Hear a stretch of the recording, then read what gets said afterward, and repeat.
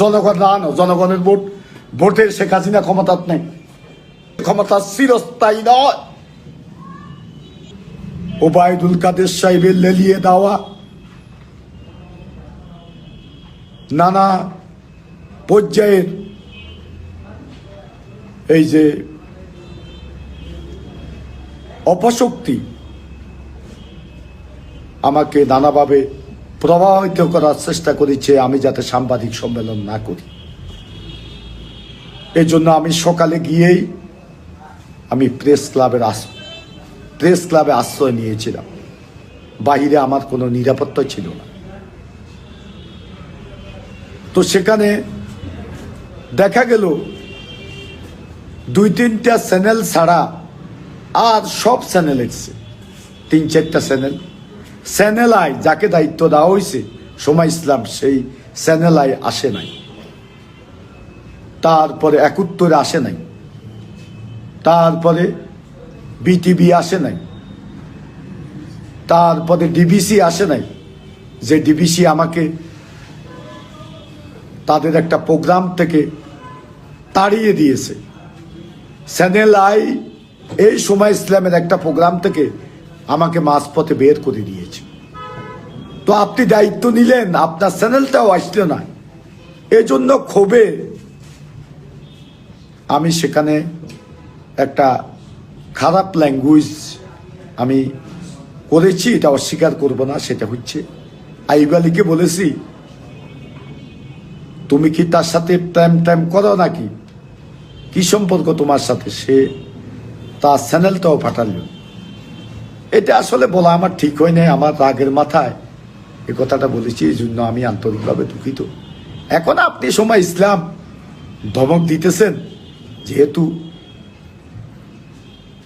গাজীপুরের মেয়র আপনার সাথে আছে, তারা তো অপশক্তি নিয়ে রাজনীতি করে, তারা তো সন্ত্রাসী অস্ত্রধারী নিয়ে রাজনীতি করে। যেহেতু ওনার সাথে আপনার সম্পর্ক আছে, ঢাকাতে হয়তো অনেক সন্ত্রাসীদের সাথে আপনাদেরও সম্পর্ক, আপনারা আপনাদের সাংবাদিকতার কারণে তাদের সাথে সম্পর্ক রাখেন। আমি সাংবাদিকদেরকে কখনো অবমূল্যায়ন করিনি। আমি ঘৃণা করি ওই সাংবাদিকদেরকে যারা আমরা গণভবন থেকে বের হওয়ার সময় আমাদের দলের সভাপতি থেকে 20 টাকা নিয়েছে, সেই সাংবাদিকদেরকে আমি ঘৃণা করি। সেই কথাটা গতকালকে আমি প্রেস ক্লাবেও বলেছি। কিন্তু অনেক সাংবাদিক আমার এখানে এসছেন ঢাকা থেকে, তারা এক কাপ চা খায়নি। আর সেদিন রাত্রেবেলা 10টা পর্যন্ত কিছু সাংবাদিক আমার লোকের পিছনে ঘুরঘুর করেছে টাকার জন্য। আমি তাদের সমালোচনা করেছি। আমি কোনো সাংবাদিকের কে অবমূল্যায়ন অপমর্যাদা আমি করি নাই। আমি বলেছি সাংবাদিকেরা জাতীয় বিবেক, আপনারা সাহস করে সত্য কথা বলুন। বলেছি আপনাদের সভাপতি রাজনীতিক স্ট্যান্ডবাজি করে প্রেস ক্লাবের। সে মহিলাটা আমার সাথে কথা হয়েছে, আমি তো তাদের কথা বুঝি। আমি হয়তো লেখাপড়া আমার কম, হয়তো যোগ্যতা কম, হয়তো বা আমরা ছোট মানুষ, ছোটখাটো জায়গায় রাজনীতি করি, ত্রুটিও থাকতে পারে। কিন্তু আমি যতটুকু বুঝেছি, ওনারা রাজনীতিক স্ট্যান্ডবাজি করে, প্রেস ক্লাবের সভাপতি হিসাবে এটা করতে পারে না। সেক্রেটারি সাহেবের সাথে একদিন টেলিভিশনে একটা টক শোতে সামান্য আলোচনা হয়েছে। উনিও বিএনপি করেন, রাজনীতিক স্ট্যান্ডবাজি করেন। এটা সত্য, দিবালোকের মতো সত্য। এই কথাগুলো বলেছি। যদি আপনারা মনে করেন আমি অন্যায় করছি, আমার বিরুদ্ধে আইন আনুন বা যে কোনোভাবে ব্যবস্থা নিতে পারেন। আমার উপরে আল্লাহ আছে, আর তো কেউ নাই। আমার কোনো আত্মীয় স্বজন আমার সাথে নাই। কেন্দ্র থেকে আমার উপজেলা পর্যন্ত সকল নেতারা আমাকে আজকে অবজ্ঞা করে। কি জন্য? আমাকে মানুষ ভালোবাসা দিয়েছে। 16 তারিখের নির্বাচনে, অবাধ সুষ্ঠু নিরপেক্ষ নির্বাচন, বাংলাদেশের ইতিহাসে একটা নজিরবিহীন নির্বাচন হয়েছে। ইভিএমে কোথায়ও 66% ভোট কাস্ট হয়নি। আমার এলাকায় 66% ভোট কাস্ট হয়েছে। তারপরে অনেকে ফিরে গেছে, কেন্দ্রের সময়ের অভাবে ভোট দিতে পারেনি। সেই 66% ভোটের আমি 77% কাস্টিং ভোটের 77% ভোট আমি পেয়েছি। জামাত বিএনপির প্রার্থী পেয়েছে মাত্র 2 দলের প্রার্থী পেয়েছে 23% ভোট। এই যে মানুষের ভালোবাসা, এবং এরপর থেকে দেশ বিদেশে মানুষ আমাকে যেভাবে ভালোবেসেছে, যারা নীতি নৈতিকতা নিয়ে রাজনীতি করে, যারা গরিব নিরীহ মানুষ, আমি তাদের পক্ষে কথা বলি, সে লোকগুলো আমাকে ভালোবেসেছে। এটাই আমার অপরাধ, এটাই আমাদের নীতি নির্ধারকদের বরদাস্ত হচ্ছে না, এটা ওবায়দুল কাদের সাহেবদের বরদাস্ত হচ্ছে না, তারা বরদাস্ত করতে পারছে না। এই জন্য আমার বিরুদ্ধে সকল ষড়যন্ত্র, সকল ধরনের আমাকে নির্যাতন করার অপপ্রয়াস আজকে চালিয়ে যাচ্ছে। কেউ নেই আমার সাথে। আমার সাথে যদি থাকতো তাহলে আমি বিচার পেতাম, পাইনি। আজকে কয়টা বছর অশান্তির ভিতর দিনাতিপাত করছি। বাড়িতে 4 বার হামলা হলো, শপথ করার জন্য যাওয়ার সময় হামলা হলো। প্রতিনিয়ত সরকারি বিভিন্ন গোয়েন্দা সংস্থা এবং সন্ত্রাসীদের মোবাইলে গালিগালাজ, নির্দেশ, এগুলো আমাকে শুনতে হচ্ছে। এটার ভিতর দিয়ে দিনাতিপাত করছি। আল্লাহ আছে বিদায় বেঁচে আছে, আর মানুষের দোয়া আছে, এই জন্য বেঁচে আছে। আল্লাহ যখন মৃত্যু করে কিছু করার নেই। আমি আজকে স্পষ্ট ভাষায় বলবো, আমি কারো কাছে মাথা নত করব একদিনের জন্য না। আমার আল্লাহ আছে, আমি আমার আল্লাহকে স্মরণ করে সবকিছু করি। আমি কারো কথা শুনি না, আমি কারো প্ররোচনায় চলি না। যদি প্রমাণ করতে পারেন তাহলে হিজরত করুন। আমি আল্লাহকে সাক্ষী করে বলছি, আমি কারো প্ররোচনায় চলি না, আমি কারো সহযোগিতা এগুলা করছি না। আমি বিবেকের তাওনা থেকে করছি। আমি 47 বছর আওয়ামী লীগ করেছি। আমি কারো কাছে যাইনি পদের জন্য, আমি কারো কাছে যাইনি অর্থের জন্য, আমি কারো কাছে মাথা নত করি। বঙ্গবন্ধু স্বাধীনতা দিয়ে গেছে আমাদের দেশকে। স্বাধীনতা বঙ্গবন্ধু দিয়েছে এই অপরাজনীতির জন্য। এইভাবে দেশে লুটপাট চলবে, অন্যায় চলবে, অবিচার চলবে, আইনের শাসন নেই, এটাকে চলতে দেওয়া যা? এই কথাগুলো আমি বলবো। রক্ত চক্ষু দেখাবেন না। আমি কাউকে ভয় করি না। আমি আওয়ামী লীগের হাইকমান্ড থেকে আরম্ভ করে তারা যদি এই ঘটনাগুলো কোনো কিছু না করে, কিছু করতে পারবে না। আল্লাহর গজব দেব, আল্লাহকে বলবো এদের উপর গজব পড়ুক। ক্ষমতা চিরস্থায়ী নয়। বঙ্গবন্ধুকে জীবন দিতে হয়েছে সপরিবার। জিয়াউর রহমান চট্টগ্রাম সার্কিট হাউসে জীবন দিয়েছে। শেখ হাসিনা স্বচ্ছবাদ হত্যার হাত থেকে বেঁচে এসেছে। এদেশে হত্যা ষড়যন্ত্রের রাজনীতি কি বন্ধ হবে না? এটা কি চলবে? এটা কি চলতে দেওয়া যায়?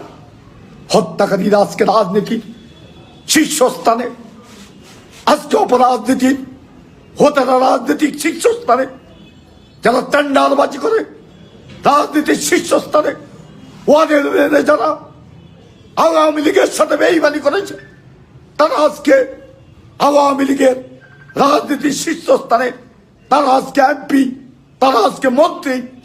এটা ঘৃণা হয়।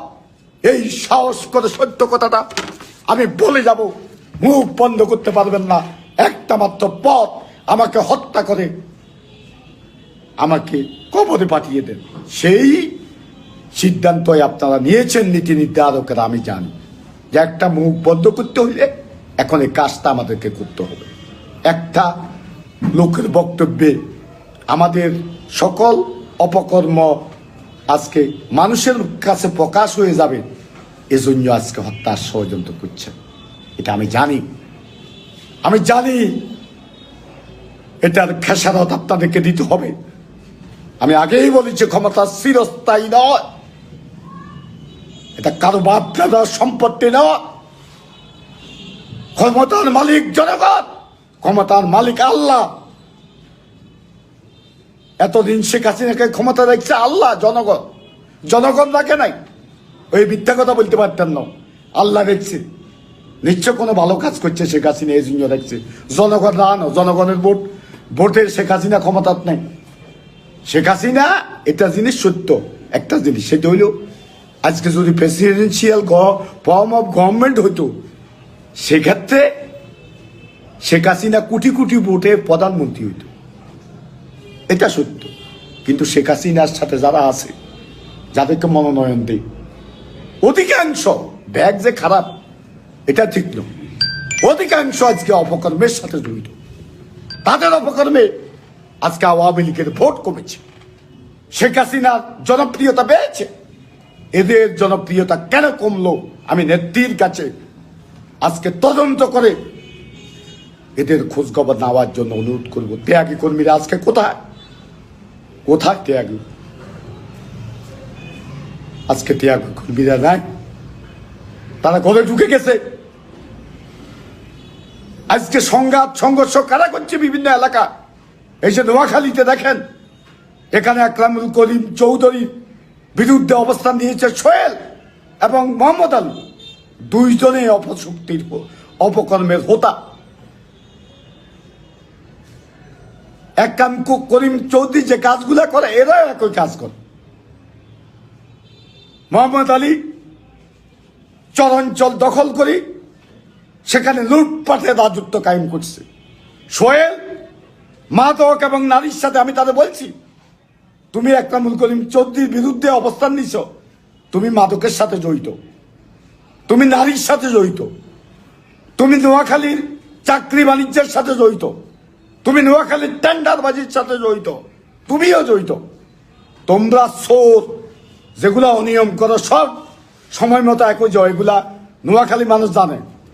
তোমরাই প্রতিদ্বন্দ্বিতা করছো। আমরা এই পরিবর্তন চাই না।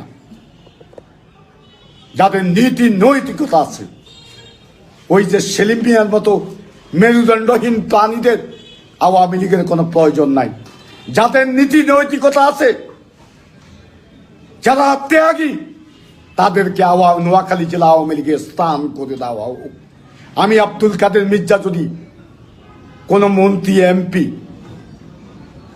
যদি কোনো জেলার কেন্দ্রের নেতা, জেলার নেতা হতে চাই, যদি কোনো সময় হওয়ার জন্য আপনাদের কাছে বলি, আল্লাহ সেদিন আমার মৃত্যু করুক, আপনারা বলছেন আমি নিজেকে প্রকাশিত করার জন্য এগুলা করছি। প্রকাশিত করার জন্য আমি প্রকাশিত করা লাগবে? আমি যে দৃষ্টান্ত পৌরসভা নির্বাচনে দেখি স্থাপন করেছি, এটা শুধু বাংলাদেশ তো, বিশ্বের ইতিহাসে নজির। আমি আমেরিকাতে নির্বাচন দেখে এসেছি, এগুলা আমাকে অনুপ্রাণিত করেছে এসব কাজে। আমি আমেরিকার সামাজিক অবস্থা দেখে এসেছি, আমি সিঙ্গাপুরের সামাজিক অবস্থা দেখেছি, রাজনৈতিক ব্যবস্থা দেখেছি। আমি অস্ট্রেলিয়া, নিউজিল্যান্ড গিয়েছি সরকারি সফরে, সেখানে দেখে এসেছি। আমি সেটা অনুসরণ করার জন্য আজকে চেষ্টা করছি। এটাই হচ্ছে সত্য। আমি যদি অন্যায়ভাবে কোনো অনিয়ম করে কারো থেকে 10টা টাকা নিয়ে থাকে, আমার বসুমার বাজারে চাঁদা বাজি আজকে নেই, কোনো অনিয়ম নেই।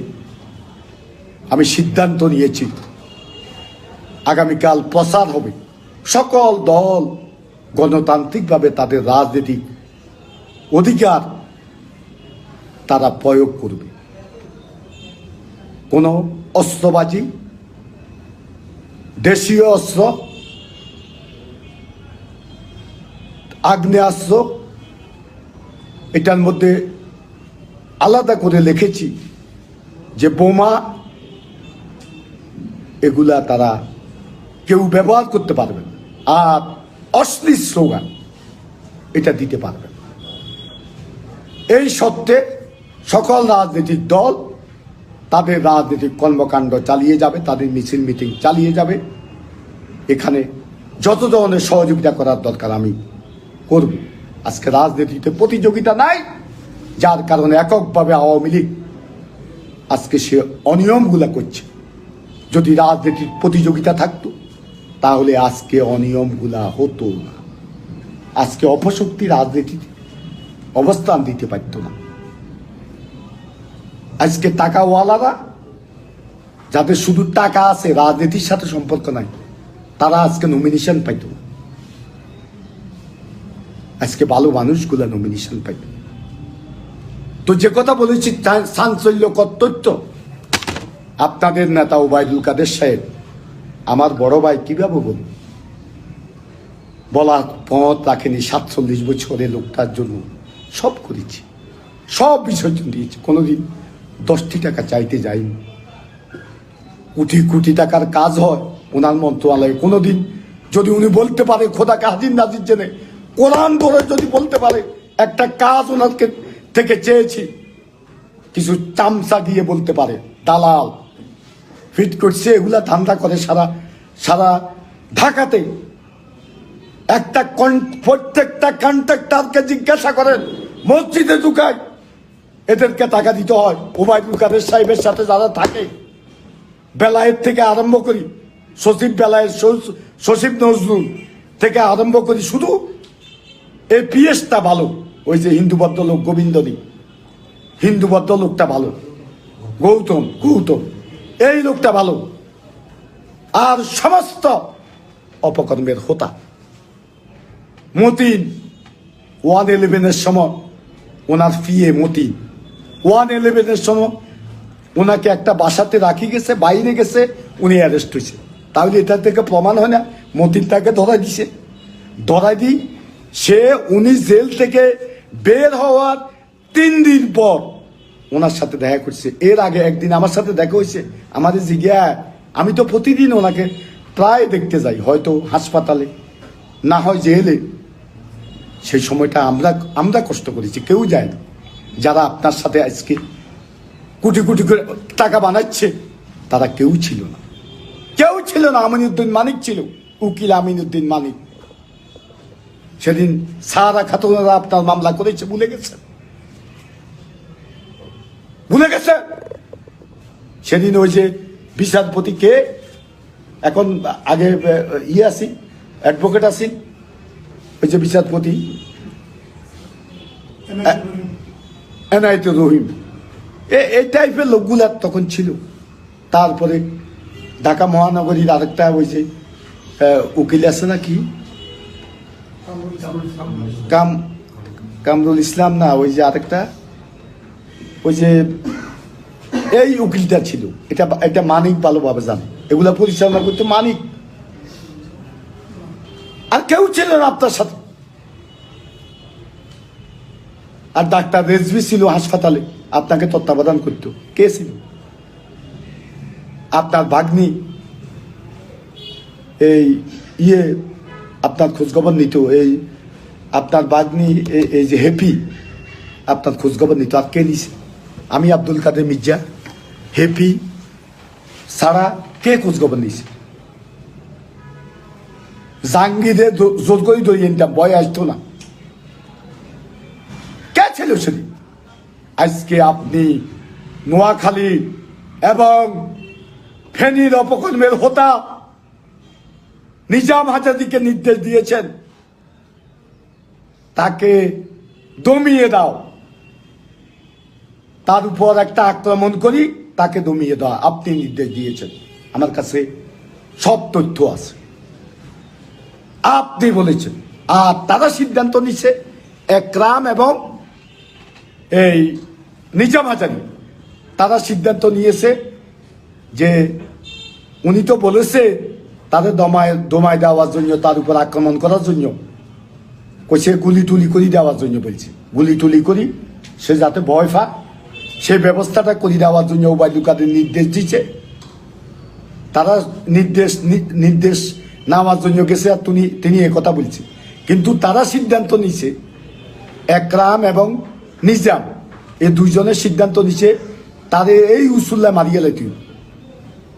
অর্থাৎ দুইজনের সিদ্ধান্ত নিছে ওই যে ফেনীর একটা আমবাইকে যেভাবে হত্যা করছে ওইভাবে হত্যা করার তারা পরিকল্পনা করছে, যে মরি গেলে কমু যে সে তার সাথে লোকজন দিয়ে আমাদেরকে গুলি করছে, আমরা আমাদেরকে রক্ষা করার জন্য আমরা তাদের গুলি করে মারছি, তাদের পড়ায় মারছি, আমরা নিজেদেরকে সেভ করার জন্য। এই পরিকল্পনা নিয়ে ঢাকার কোন জায়গায় মিটিং করছে?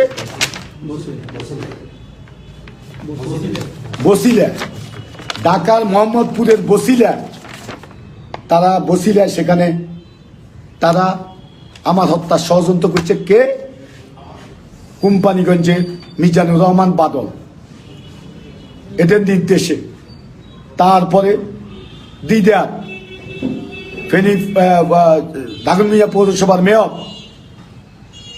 তারপরে বসুরহাটের মাদক সম্রাট এই যে রাহাত, তারপরে ইস্কান্দার মির্জা শামীম, বাগিনা, মন্ত্রীর বাগিনা সারা বাংলাদেশ থেকে লুট করে খাচ্ছে মন্ত্রীর বাগিনা পরিচয়। আমার কোনো বাগিনা ইস্কান্দার মির্জা শামীম নাই। ওবায়দুল কাদের সাহেবের আছে কিনা ওনাকে যাই সাংবাদিক ভাইয়েরা একটু জিজ্ঞাসা করবেন, ওনার কোনো বাগিনা আছে কিনা। আমি 10 দিন আগে বিশ্বাস চাইছি, একটা ডকুমেন্টস আমার কাছে আছে, একটা লোকতুন কাজ দিব কই 2 কোটি টাকা নিছে, এটা পরে বলতেছে। ইস্কান্দার মির্জা শামীম, তারপরে একরাম চৌধুরীর ছেলে শাবাব, এরা 5 জন বসে মিটিং করছে, সিদ্ধান্ত নিছে আমি 11 তারিখে শপথ নেওয়া যাওয়ার সময় আমাকে হত্যা করবে। এখান থেকে যোগাযোগ করছে হাসান ইমাম রাসেল, তথাকথিত মাদক সম্রাট, তথাকথিত সাংবাদিক হাসান ইমাম রাসেল, সে সমন্বয় করছে, এখান থেকে যোগাযোগ করছে। আমি তথ্যগুলো দিয়ে যাচ্ছি, আপনারা তদন্ত করে দেখেন। আর তদন্ত না করলে মনে করুন যে আপনারা এই হত্যাকাণ্ড সংগঠিত করার জন্য সকল ষড়যন্ত্র করছেন। আমার জনপ্রিয়তা ঈর্ষান্বিত হয়ে আমি হাইকমান্ড থেকে সবাইকে বলব, না হলে দেশে আইনের শাসন নাই, এটা স্বীকার করতে হবে। মানুষের নিরাপত্তা নাই, এটা স্বীকার করতে হবে যে আমাদের ক্ষমতার আমলে মানুষের নিরাপত্তা নাই। কেন নেত্রী বলার পরে আজকে 5 দিন পর একটা পিঁপড়ার উপরও কোনো ব্যবস্থা নেওয়া হইল না? নেত্রী আমাকে বলেছে আমি দেখব, কেন না হলো? যদি এটা ষড়যন্ত্র না হয়, নিশ্চয় কেউ না কেউ নেত্রীকে প্রভাবিত করছে, এবং আমি বলবো এটা ওবায়দুল কাদের সাহেব প্রভাবিত করছে। সে আমার আজকে জনপ্রিয়তা ঈর্ষান্বিত হয়ে এগুলা করছে। তার স্ত্রীর পড়াশোনা, তার ওয়াইফ প্রদর্শিত করছে, তারে করতেছে। আমি কোনো এমপির জন্য ওনার ওয়াইফকে দাঁড়া করাক আমার দরকার নাই, যাদের ইচ্ছা তাদের দাঁড়া করাক, আমার এটার দরকার নাই। আমি যদি কোনোদিন চাই এমপি পদ, আমি যদি কোনো সেন্ট্রালের পদ চাই, আমি যদি নোয়াখালী জেলা আওয়ামী লীগ পদ চাই, আমাকে জিহ্বা কেটে বাংলাদেশ থেকে বিদায় করে দিবেন। আমার এগুলার দরকার নাই, এগুলো আপনারা করেন। আপনাদের প্রয়োজন আছে। যে অপরাজনীতি বাংলাদেশে চলছে, এখানে আমরা আমাদেরকে বানাইতো না।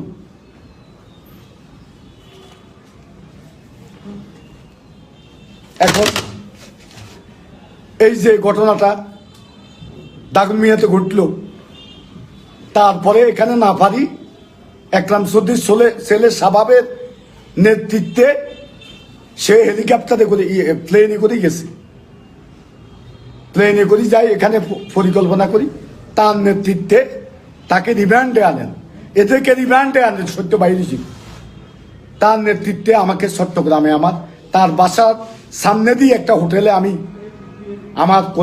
আমার নেতা কর্মীদেরকে নিয়ে আমি খাওয়ার জন্য গেছি। সেখানে আমার গাড়ির বহরে ভাঙচুর করছে, গাড়ির বহরে ভাঙচুর করছে।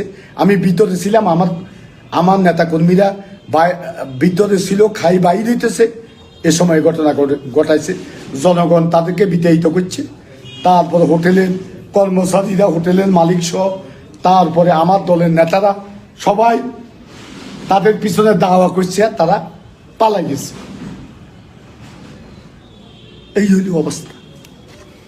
দেখেন আজকে ঢাকাতে আমার বিরুদ্ধে এই আমাকে হত্যা করার জন্য গতকালকেও, এজন্য আমি সকালবেলা প্রেস ক্লাবে ঢুকে গেছি হত্যা করার জন্য। বেলায়েত, সচিব বেলায়েত, তারপরে আপনার এই যে রাসেল, কি রাসেল, এটা জোবাইল গিয়া, জোবাইল রাসেল, এদের বাপ আপনার ইয়ে ছিল, এটার কি করছে, কোর্টের বিচারপতি ছিল। সেখান থেকে তাকে এই যে দুর্নীতি করার দায়ে তাদের সেখান থেকে সরাই দিছে। এই ছেলে ঢাকাতে চেষ্টামি করে, সকল কন্ট্রাক্টরের থেকে টাকা লও। ওই যে আমাদের রতনকে জিজ্ঞাসা করো, তার থেকে কত টাকা দিছে। ওই আমাদের এই যে মেহেদুন্নেসার রতন, কি হাতের কি কি কি প্রতিষ্ঠানের নাম কি, রতনকে জিজ্ঞাসা করেন কত টাকা তার থেকে নিছে। এমনি ভাবে পুরা ঢাকাতে লুটপাট করতেছে জননেত্রী শেখ হাসিনার নাম দিয়া। ওবায়দুল কাদের সাহেব ওই যে মনীষ চৌধুরীরে দেখার জন্য গেছে, মনীষ চৌধুরীরে দেখার জন্য গেছে ওবায়দুল কাদের সাহেব, সে সাথে ছিল। মানুষ ক্ষোভে দুঃখে কিছু কথা বলতে পারে। ওবায়দুল কাদের সাহেব বলছে যে নেত্রী কাউকে পাই নাই, এর জন্য আমাকে সেক্রেটারি বানাইছে। সে এটা সেখান থেকে ফেসবুকে নিয়ে এটা ছড়াই দিয়েছে, চতুর্দিকে ভাইরাল করে দিয়েছে। তো নেত্রী খুব দৌড়বে না এটা দেখলে। কিন্তু কথার কথা, মানুষ তো অনেক কথা বলে, আল্লাহর অত গালিগালাজ করে। এই কাজটা সে ছেলে করছে, আর সে ছেলেকে দিয়াই তিনি ঢাকাতে আমাকে ধমক দেয়া। ওবায়দুল কাদের সাহেব আজকে তারাই যে একরাম ওনাকে বলছে, ওনার এই যে প্রথম নোয়াখালী অফিস ভেঙছে, ভাঙ্গি বঙ্গবন্ধু ছবি ভেঙছে হাতে, নিজের হাতে একরাম। তারপরে শেখ হাসিনার ছবি ভেঙছে। তারপরে বাইরে ওই কর্মীদেরকে নিয়ে স্লোগান দিছে, ওবায়দুল কাদের গালে গালে জুতা মারো, তালে তালে। সে একরামেরা তার ভাই, আমি ভাই না। যে একরাম মদ খেয়ে আমার মাকে গালিগালাজ করছে, আমাকেও গালিগালাজ করছে, ওনাকেও করছে। সে একরাম তা ওনার ভাই, আমি তার ভাই না। যে একরাম তার শেষরা ওই যে পাটিয়া চেয়ারম্যান মিজানকে দিয়া 20-25 জন সন্ত্রাসী নিয়ে আমার উপর আক্রমণ করছে এখন, এবং সেখানে বলছে ওবায়দুল কাদের গুন্ডা পালে। আমি কইছি তুই গুন্ডা পাল, তুই গুন্ডা লইয়া আস, তুই গুন্ডা পালা, সে কথা বলি আমি চলিয়ে আসছি। সেটার বিচার ওবায়দুল কাদের করে নাই। ওবায়দুল কাদেরকে লালন করে। ওবায়দুল কাদের ভয় পায়, এদের কাছে অস্ত্র আছে, এরা গালিগালাজ করে, ভয় পায়। নিজা মাথায় দিয়ে ভয় পায়, নিজা মাথায় দিয়ে অস্ত্র আছে। তারপরে স্বপন মিয়াজির কাছে অস্ত্র আছে। অস্ত্র তো আমি ইলেকশনের সময় দেখছি, স্বপন মিয়াজির অস্ত্র আমাদের এই কোম্পানিগঞ্জ আসছে। যদি আমি সাক্ষী দিবার আমি দেব। স্বপন মিয়াজির অস্ত্র যে কোম্পানিগঞ্জে আসছে রাহাতের কাছে, এটা সাক্ষী আমি দিব। এখনো রাহাতের কাছে অস্ত্র আছে, সে অস্ত্র দিয়ে আমাকে হত্যার সহযোগিতা করতেছে। আজকে দেখেন ঢাকাতে বেলায়, তারপরে মন্ত্রী মহোদয়ের ফিএস মতিন, তারপরে একরামুল করিম চৌধুরীর টাকা খা, এরা মাসোয়া রাখা। তারপরে মতিন, তারপরে ইস্কান্দার মির্জা শামীম, তারপরে এই যে সেলিম, মন্ত্রী মহোদয়ের সহকারী সেলিম, এরা সেখানে রাসেল সহ, রাসেল জোবাইদুল হক রাসেল সহ এরা আমাকে সেখানে গতকালকে হত্যার পরিকল্পনা করেছিল। আমি শেষ পর্যন্ত প্রেস ক্লাবে স্থান নিয়েছি।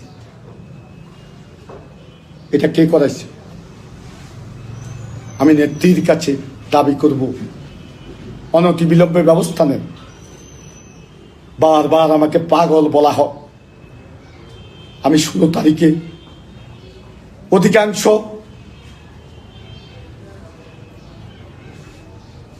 ভোটারদের ভোটে নির্বাচিত প্রতিনিধি, পেয়ার ভোটে নির্বাচিত প্রতিনিধি ৭৭ মানুষ আমাকে ভোট দিয়েছে। সেই প্রতিনিধিকে বলে আমি নাকি পাগল। আজকে তারা পাগলের কথা বলে আমাকে হত্যা ষড়যন্ত্র করছে, চক্রান্ত করছে নেত্রী। আমি তো আপনার কথা বলি, আমি তো বঙ্গবন্ধুর কথা বলি, আমি তো আওয়ামী লীগের কথা বলি। আপনি আমাকে হত্যা করলে তো পৃথিবী থেকে সরিয়ে দিলেন, বহিষ্কার করলেও আমি আপনাদের কথা বলবো, আমি মানুষের কথা বলবো, আমি গরিবের কথা বলবো। আজকে এই কোম্পানিগঞ্জ আমাকে হত্যার জন্য আজকে তৎপর। এই রাহাতেরা অস্ত্র আছে, বাদলের কাছে অস্ত্র আছে, সাবেক উপজেলা চেয়ারম্যান বাদলের কাছে অস্ত্র আছে, তারপরে শাহিন এই যে মুজাফরের চেয়ারম্যান তার কাছে অস্ত্র আছে, তারপরে রাজ্জাক সমস্ত দক্ষিণ এলাকা চর দখল করে রেখেছে। সেখানে অবৈধ দখলদারদেরকে সেখানে প্রজেক্ট বানাইছে, কোটি কোটি টাকা তারা আত্মসাৎ করছে। আপনারা তদন্ত করে দেখেন। আমি যদি মিথ্যা কথা বলি জিব্বা কেটে দিবেন। আর আন্দা এই যে মঞ্জা, আন্দা মঞ্জা, মঞ্জা মঞ্জু, মঞ্জু আন্দা মঞ্জু 20 বছর পরে এলাকাতে আসি এনে চেয়ারম্যান হিসা আন্দা মঞ্জু মদ খাই আন্দা হয়েছে। এ আন্দা মঞ্জু তারপরে ট্যাকের বাজারের সন্ত্রাসী সরকারি জায়গা দখল করি সেখানে একটা ইয়ে করছে, এটা কি কর সমিল করছে সরকারি জায়গা। যদি আমি মিথ্যা কথা বলি জিব্বা কেটে দেবেন। এখানে সরকারের লোক আছে, এরা ষড়যন্ত্র করতেছে। আর নোয়াখালী ডিসিএসপি তাদের বিরুদ্ধে বলছি, তারা অনিয়ম করছে। আর কোম্পানিগঞ্জের ওসুই একরামের লোক, একরামের দালাল, 5 হাঁটা কুকুর, ডিসিএসপি মাসোয়ারা খায়। এরা সবাই মিলে একত্র হয়ে এই বসুরহাট বাজারে কোম্পানিগঞ্জে আমাকে হত্যার ষড়যন্ত্র করছে এবং হত্যা করার জন্য এখনো তৎপর। আমি সৌজন্য দ্রুত লাইভে এসেছি। আমি কারো কাছে আমার জীবন ভিক্ষা চাইব না, আমি জীবন ভিক্ষা চাইব আল্লাহর কাছে। শুধু বলে রাখলাম আমার নেতা কর্মীদেরকে জানার জন্য, দেশবাসীকে জানার জন্য, যারা আমার লাইভ শুনছেন তাদেরকে জানার জন্য আপনাদের প্রতি আমার অনুরোধ, আপনারা আমাকে যদি হত্যা করে তাহলে আপনারা আমার লাশটা দাফন করি, যারা আশপাশে আছেন দাফন করি যাবেন, বাইরে যারা আছেন আমার জন্য দোয়া করুন। এর চাইতে আমার আর বলার কিছু নেই। যেখানে আমার ভাই আমাকে হত্যার ষড়যন্ত্র করতেছে, যেখানে আমার ভাবি আমাকে হত্যার ষড়যন্ত্র করতেছে, যেখানে আমার পরিবারের সদস্যরা পর্যন্ত আমাকে হত্যার ষড়যন্ত্র করতেছে, এটা আমি কোনো অবস্থায় বরদাস্ত করতে পারি না। ইস্কান্দার মির্জার স্বামী যেই ছেলে এখানে আমার এখানে আছে, 2 কোটি টাকা লক্ষ্মীপুরের একটা নিরীহ থেকে সেখান থেকে নিয়েছে। লক্ষ্মীপুর মজু চৌধুরী ঘাট রাস্তা আমি 10 দিন আগে বলছি আপনারা এটার ব্যবস্থা গ্রহণ করেন। আমি আমাদের সড়ক ও সেতু মন্ত্রণালয়ের কর্মকর্তাদেরকে বলেছি ব্যবস্থা গ্রহণ করেন। সে কি আমাদের বাগিনা এই রাস্তাটা দেওয়ার কথা বলে 2 কোটি টাকা একটা লোক থেকে নিয়েছে।